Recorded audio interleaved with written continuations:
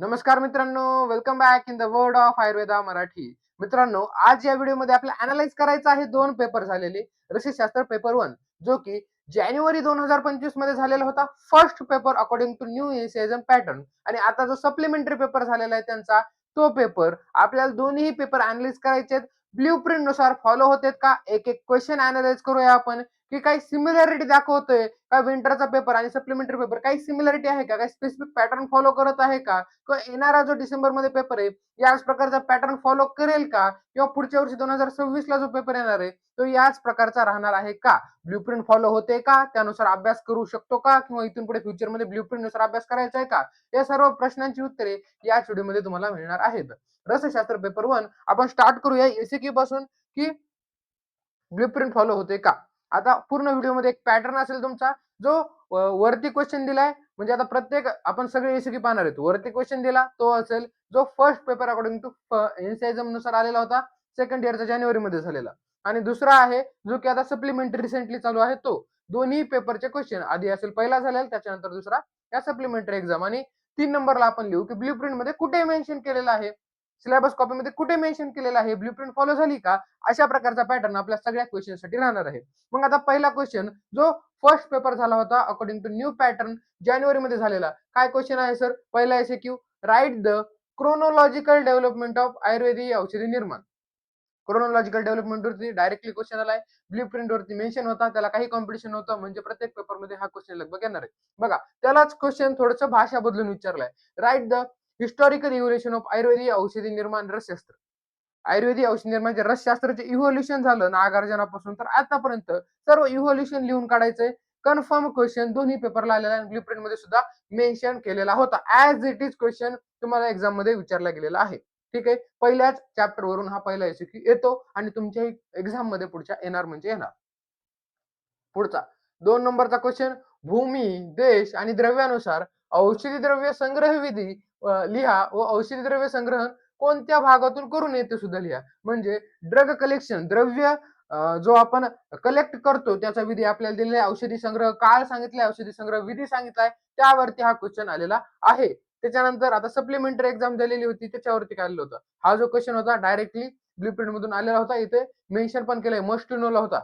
Explain द्रव्य संग्रह विधी, त्याच्यामध्ये आला. एक्सप्लेन टाइप्स ऑफ भूमी, बघा इथे विचारले. And types of drug to be collected from particular place and places from way द्रव्य शुड नॉट बी कलेक्टेड. कुठून द्रव्य कलेक्ट करायचंय आणि कुठून नाही करायचंय हे डायरेक्टली इथे तुम्हाला पॉईंट दिलेला सिलेबस कॉपीमध्ये तोच तसा तसा विचारलेला आहे. बाहेरचं काही डोकं लावलंय त्यांनी, काहीच नाही.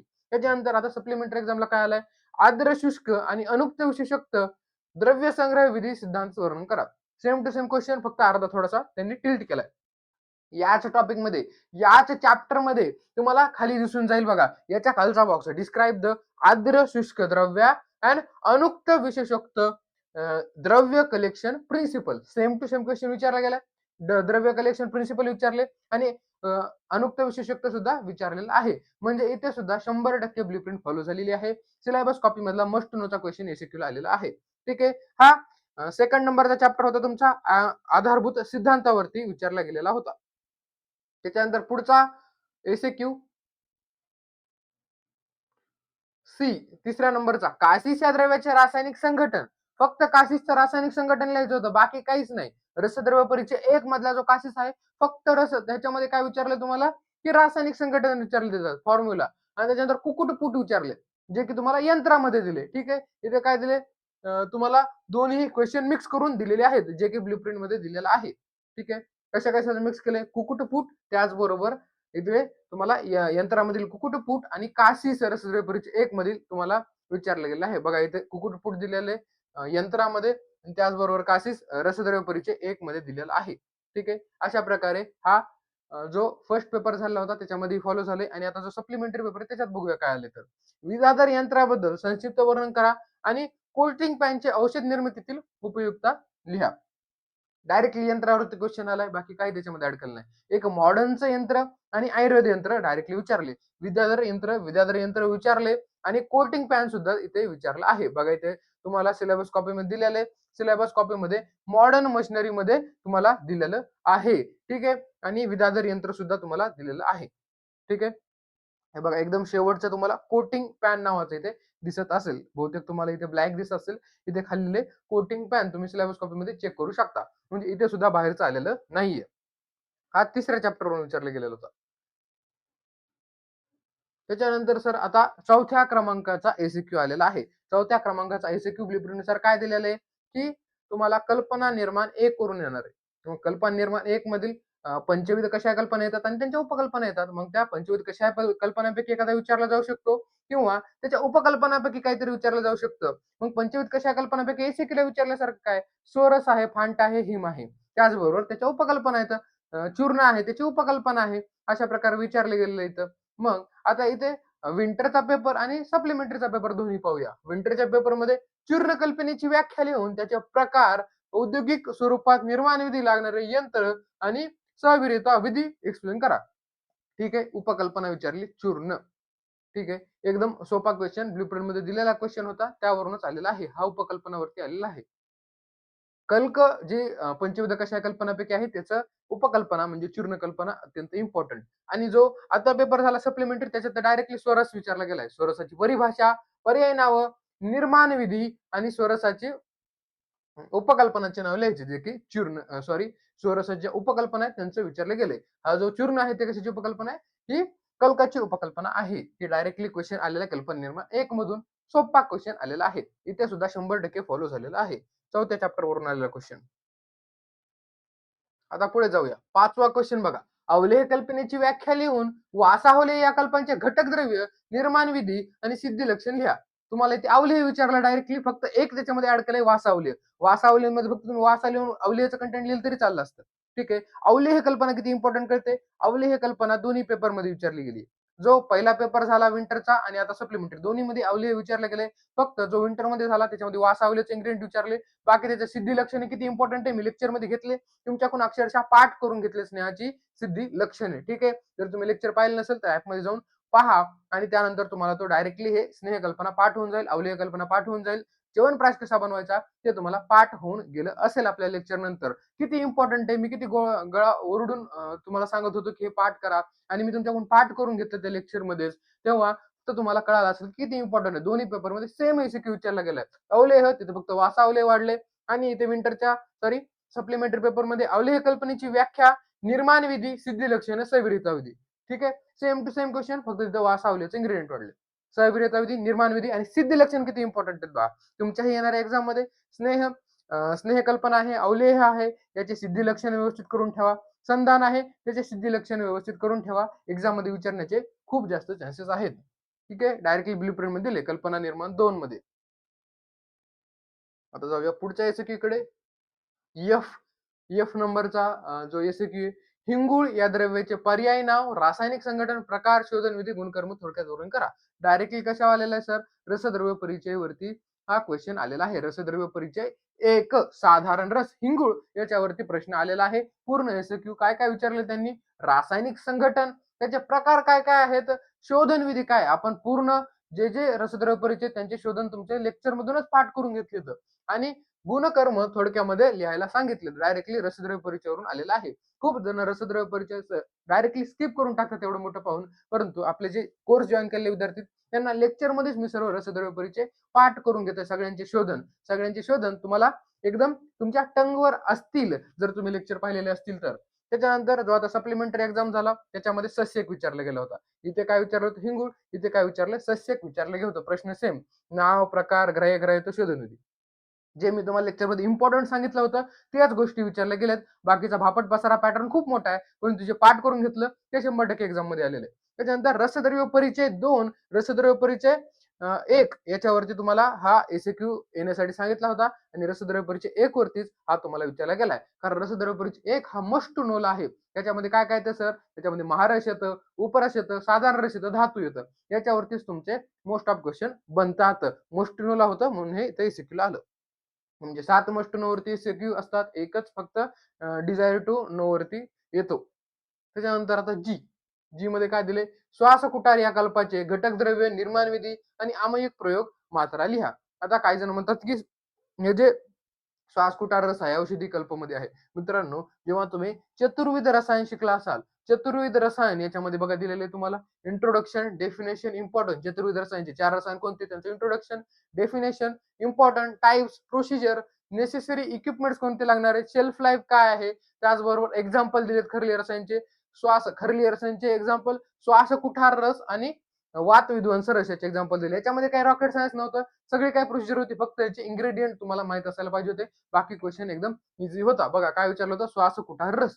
एकदम सोपा क्वेश्चन आहे, डायरेक्टली सिलेबस मधून विचारला गेलेला आहे. त्याच्यानंतर पुढे जो आता सप्लिमेंटरी झालाय तिथे पण 5 सेमच विचारले गेले. परपटी कल्पनेची व्याख्या, प्रकार, निर्माण, विधी लिहा व सिद्धी लक्षणं. परपटी कल्पना, ठीक आहे. परपटी कल्पना तोडली की कटकन आवाज येतो, पापुद्रासारखा होतो, हे सर्व तुम्हाला माहित आहे, एकदम इझी होतं. तोही डायरेक्टली विचारले गेले बघा.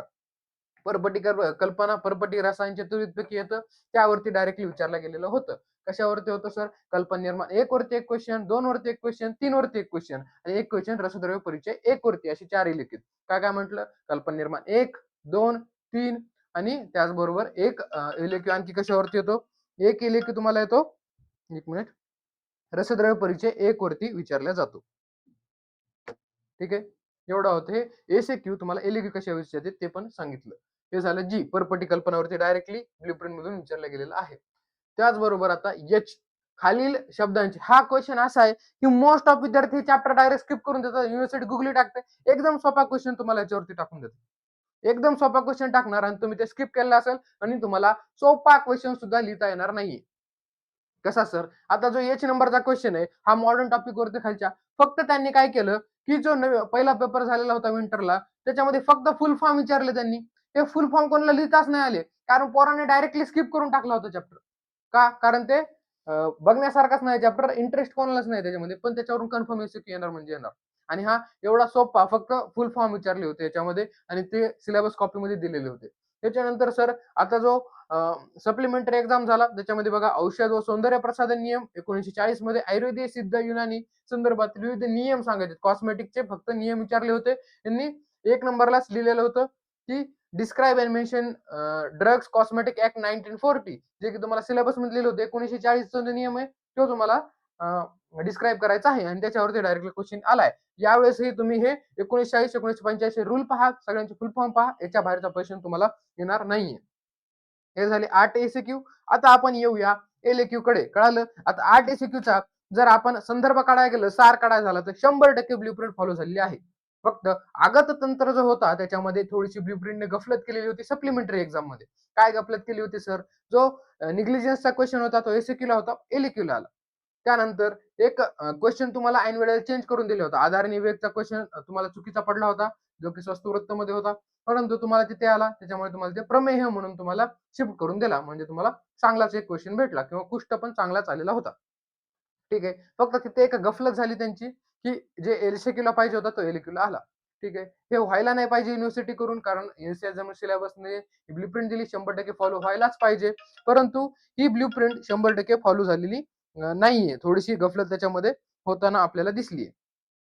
आपण काय करायचं अशा वेळेला, जो एसीक्यू साठी अभ्यास केला होता तेच थोडंसं इलॅबोरेट करून लिहायचं. ओरडत बसून काहीच फायदा नाहीये. जे आपल्या नशिबाला आलं त्याला आपण फेस करावंच लागतं. त्याच्यामुळे एवढी काही मोठी गोष्ट झाली नाही. थोडेफार 19-20 होणार एवढंच आपण ठरूनच अभ्यास करायचा किंवा तेवढा पेपर देताना 19-20 झालं तरी एकदम घाबरून जायची गरज नाहीये. कारण आपण ब्लूप्रिंटनुसार अभ्यास करतोय. आपली पासिंग तर आरामात निघणार आहे, चांगले मार्क पण आपल्याला पडणार आहेत. एखाद्या क्वेश्चननं आपला काही जीव इकडं-तिकडं जाणार नाहीये. ठीक आहे. त्याच्यामुळे आता आपण येऊया एलक्यू कडे. काय काय विचारलं गेलं तुम्हाला म्हटलं 4 एलक्यू कशावर पेपर वनचे? कल्पना निर्माण 1 वर 1, 2 वर 1, 3 वर 1. 1 वर काय पंचविध कशा कल्पना, उपकल्पना. त्याच्यापैकी क्वाद सगळ्यात जास्त इम्पॉर्टंट तुम्हाला खूप वेळा सांगितलं. त्याच्यानंतर तुम्हाला कल्पना निर्माण 2 त्याच्यामध्ये स्नेह कल्पना, संधान कल्पना आपण शिकलो होतो. स्नेह कल्पना, संधान खूप जास्त इम्पॉर्टंट. त्याच्यानंतर कल्पना निर्माण 3 चतुर्विध रसायन, याच्यावर एलक्यू फिक्स आहे. चौथा रसद्रव्य परिचय, या 4 वरती एलक्यू येतो. त्याच्यानंतर आता पाहूया काय आलाय हे दोन्ही पेपरमध्ये. जो पहिला पेपर झाला युनिव्हर्सिटीमध्ये एनसीआर नुसार, तो पंचविध कशा कल्पने कोणत्या ते सांगून त्यांनी क्वात कल्पना विचारलेली आहे. क्वात कल्पना एलक्यूला आली आहे. त्याचबरोबर सप्लिमेंटरी एक्झाम झाला त्याच्यामध्ये क्वात कल्पना आलेली आहे. ठीक आहे. तर फुल क्वेश्चन बघा तुम्ही की काय काय त्याच्यातलं विचारले गेले. की क्वात कल्पना तुम्हाला तोंड पाठ करून घेतलेली आहे. पण सोरस कल्पना, क्वात कल्पना, ठीक आहे, किती इम्पॉर्टंट आहे आणि क्वात कल्पना मोस्ट ऑफ टाइम रिपीट होण्याची चान्सेस सुद्धा आहेत. ठीक आहे. त्याच्यामुळे हा क्वेश्चन व्यवस्थित करा. कल्पना निर्माण एकूण काय विचारले? क्वाथ विचारले. त्याच्यानंतर ब्लूप्रिंट मध्ये दुसरा क्वेश्चन दिला कल्पना निर्माण 2 वरती. काय विचारले? स्नेह कल्पना विचारली. स्नेह कल्पना त्याचे सामान्य घटक, स्नेह निर्माणचे नियम, स्नेहाची सिद्धी, अवलियाची सिद्धी, स्नेहाची सिद्धी सेमच. म्हणजे हा किती इम्पॉर्टंट क्वेश्चन आहे. स्नेह विचारला, अवलिही विचारलं. आणि त्याबद्दल स्नेहाचे विविध पाक वर्णन करायला सांगितले. जे मृदू पाक, मध्यम पाक, खरं पाक, त्याबरोबर फलघृताचे घटक सगळं विचारून फलघृतामध्ये काय काय टाकायचं ते विचारलं. जो विंटरमध्ये झाला. सप्लिमेंटरी पेपरमध्ये स्नेह कल्पनेची परिभाषा विचारली. त्याचबरोबर प्रकार, सिद्धी लक्षणे, निर्माण विधी, सविर्यता विधी, स्नेह कल्पना अंतर्गत वर्णित नियम लिहायचा आहे. ठीक आहे. एकदम सोपा विचारला गेलेला आहे. दोन्ही वरतीही स्नेह कल्पनावरतीच विचारले. थोडासा क्वेश्चनला घुमवले, परंतु स्नेह कल्पनावरतीच एलक्यू आलेला आहे. ठीक आहे. पहिला क्वाथवर, दुसरा स्नेह. दोन्ही पेपरमध्ये 2 क्वेश्चन सेम आले. दोन्ही सिमिलॅरिटी बघितली. विंटरमध्ये झालेला आता झालेला. क्वाथही रिपीट झालाय आणि स्नेह कल्पना रिपीट झालाय, अवलेही रिपीट झालाय. त्याचबरोबर आता पुढचा क्वेश्चन आलेला आहे आपला रसद्रव्य परिचय 1 वरती. जो पहिला पेपर झाला विंटरमध्ये त्याच्यामध्ये वंग विचारलेला आहे आणि त्याचबरोबर जो आता झालेला आहे सप्लिमेंटरी त्याच्यामध्ये शिलाजितू हा महारस विचारलाय. म्हणजे मस्ट टू नो ला जे होतं रसद्रव्य परिचय 1 त्याच्यामधूनच क्वेश्चन विचारला गेलाय. शोधून तुम्हाला तोंडपाठ असेल तर बाकीच्या गोष्टी तुम्ही इझिली लिहू शकता. त्याच्यानंतर चौथा एलक्यू कशावर विचारला गेला सर? चौथा एलक्यू आपल्या चतुर्विध रसायनावर सांगितलेला आहे. मग यांनी काय विचारलंय बघूया विंटरच्या पेपरमध्ये. चतुर्विध रसायन म्हणजे काय ते सांगायचंय. चतुर्विध रसायन अंतर्गत येणाऱ्या प्रकारांची नावे लिहायची सगळे, उदाहरण लिहायचे आहेत, तसेच कुपीपक्व रसायन निर्माण विधी विचारायचे. ठीक आहे. चतुर्विध रसायन विचारले इंट्रोडक्शन पूर्ण आणि कुपीपक्व डिटेल मध्ये विचारले. कुपीपक्व एकदम सोपं आपण घेणार सुद्धा होत मध्ये. त्याच्यानंतर कुपीपक्व रसायनाचे सुद्धा नंतर सप्लिमेंटरी मध्ये जे झालाय ते सुद्धा कुपीपक्व रसायनच विचारले. त्याचे महत्व, प्रकार, रससिंधूर निर्माण विचारलेलं आहे. जेव्हा तुम्ही कुपीपक्व पाहाल त्याच्यामध्ये एकच उदाहरण आहे रससिंधूर, तेवढंही तुम्हाला एकदम सोप्या पद्धतीने कळलेलं असेल आणि लिहिले. म्हणजे कुपीपक्व रसायन सुद्धा इथे रिपीट झालेला क्वेश्चन आहे, तो सुद्धा ब्लूप्रिंट मध्ये दिलेला होता. कळलं काय काय रिपीट झालंय मित्रांनो? पूर्णपणे 100% ब्लूप्रिंट फॉलो झालेली आहे. चारीला चारही एलक्यू जवळपास सारखे आलेत. फक्त जो रसद्रव्य परिचय होता त्याच्यामध्ये खूप सारा कंटेंट आहे. त्याच्यामुळे रसद्रव्य परिचयमध्ये काय आलं, एका जागी आपल्याला वंग आलं आणि एका जागी शिलाजितू बघायला मिळालं. ठीक आहे. बाकी मग स्नेह कल्पना, अवलेय कल्पना, क्वाथ हे सगळं काही रिपीट झालेलं दिसतंय पेपरमध्ये. पेपर 1चं आपण खूप जास्त टेन्शन घेतो, परंतु सिस्टमॅटिक ब्लूप्रिंटने अभ्यास केल्यानंतर तुम्हाला काही अवघड जाणार नाहीये. पंचवीत कशा कल्पना सोपं आहे, कल्पना निर्माण 2 कन्सेप्च्युअल आहेत सगळे बेसिकच्या कल्पना तर शिकायलाही इंटरेस्टिंग आहे. फक्त तुमची मेहनत मागतंय रसद्रव्य परिचय 1. त्याच्यामध्ये 8 महारस, 8 साधारण रस, त्याचबरोबर 8 उपरस आणि धातू हे सर्व जर तुम्ही शोधन व्यवस्थित केले, काहीच अवघड शोधन नाहीयेत. एकदम सगळे बघितल्यावर आपल्याला मोठे वाटतं. एकदा चार्ट तयार केला मी म्हणलं तसे आपले लेक्चर पाहिले, एकदम तुम्हाला सगळे शोधन पाठवून जातील आणि बाकीच्या गोष्टी तर इझिली तुम्ही लिहू शकाल. ठीक आहे. भेटूया आपण आता नेक्स्ट लेक्चर जे काय होईल त्याच्यामध्ये आपण भेटूया. पेपर 2 चं जर असंच अनालिसिस पाहिजे असेल तुमच्या लाईक आणि कमेंटवरून मी ठरवेल तुम्हाला नेक्स्ट लेक्चर हवं आहे की नाही. कारण तुम्हाला हवं नसेल तर आम्ही ॲपमध्ये लेक्चर घेण्यामध्ये बिझी आहोत आणि तुम्ही तुमचा जे काही रोजचा रुटीन करता त्याच्यामध्ये बिझी आहात. त्यामुळे तुमच्या लाईक्स आणि कमेंट्सवरही आपण ठरवूया की पुढचा पेपर 2 वरती आपण व्हिडिओ द्यायचा की नाही. ठीक आहे. Thank you very much.